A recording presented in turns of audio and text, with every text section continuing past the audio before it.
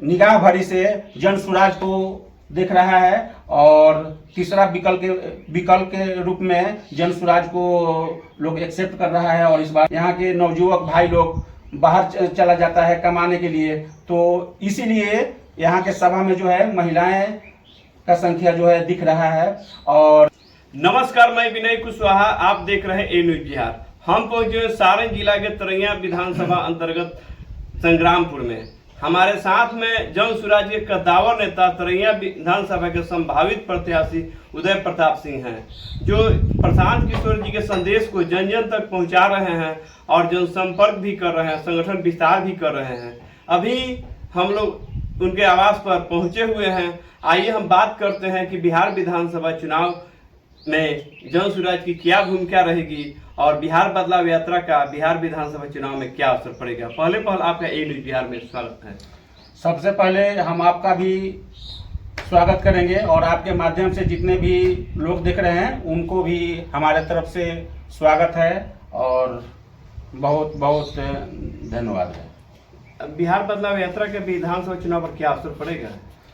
विधानसभा चुनाव पर इस बार जो है लोग आशा भरी निगाह से देख रहा है, क्योंकि 30-35 साल से आपको भी मालूम होगा कभी एनडीए का सरकार बन रहा है और 20 साल से तो नीतीश कुमार जी का सरकार है, लेकिन कुछ ऐसा देखने को नहीं मिल रहा है। अभी हम लोग हर रोज सुबह शाम जनसंपर्क में हैं। जहां जाइए, जिस गांव में जाइए, वहां शिकायत मिल रहा है और वहां की जनता जो है उब चुका है। और इस बार जो है निगाह भरी से जन सुराज को देख रहा है और तीसरा विकल्प के रूप में जन सुराज को लोग एक्सेप्ट कर रहा है और इस बार जन सुराज को वोट देके सरकार बनाने का काम करेगा।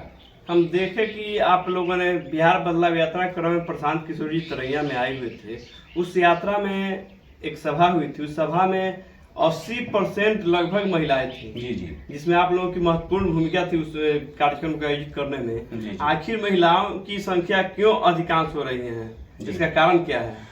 आपको बताएं कि महिलाएं का संख्या जो दिख रहा है उनके साथ एक बहुत बड़ा समस्या है। आपको मालूम होगा कि यहाँ पर जितने भी नौजवान भाई लोग हैं वह पलायन हो चुके हैं बिहार से।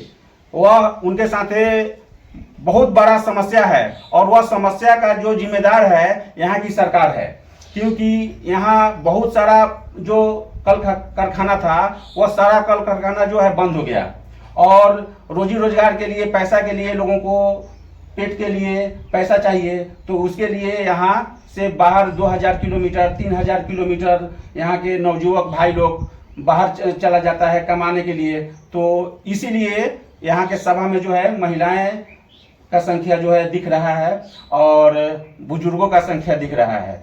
आपको हम बताएं कि रोजगार तो मेन समस्या है यहाँ पर। आप किसी पढ़ाई के लिए अगर किसी नौजवान भाइयों को देखिएगा तो कोई व्यवस्था नहीं है, उसको भी यहाँ से बिहार से बाहर जाना पड़ता है। अगर किसी प्रकार का ज़्यादा सीरियस अगर कोई बीमारी हो गया तो उसके लिए भी यहाँ से बाहर जाना पड़ता है। तो यह बहुत सारी समस्या है जो कि यहाँ की सरकार जो है विफल हो चुका है। और हमारे प्रशांत किशोर जी का कहना है कि अगर हमारी सरकार बनती है, और वो हमेशा अनाउंसमेंट भी कर रहे हैं कि अगर हमारी सरकार बनती है तो इस बार जो छठ पूजा में बाहर से जो लोग आएगा उनको यहीं पर रोजगार मिलेगा।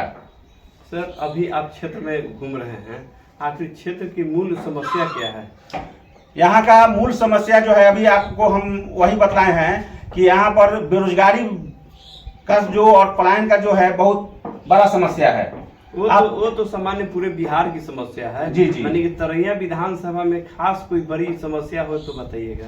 यहाँ हम आपको बताएं कि आप यहाँ बगल में आप चले जाइए, दियरा क्षेत्र है, ठीक है। उस दियरा क्षेत्र में आप किसी प्रकार का कोई व्यवस्था नहीं है, जबकि यहाँ पर फैक्ट्री लगाने का भी व्यवस्था है या खेती करने का भी व्यवस्था है। लेकिन आप जाइएगा तो ना वहाँ कोई क्या बोलते हैं, न बोरिंग का व्यवस्था है, न खेती करने का व्यवस्था है और फैक्ट्री लगाने का तो दूर दूर तक सोचिए मत।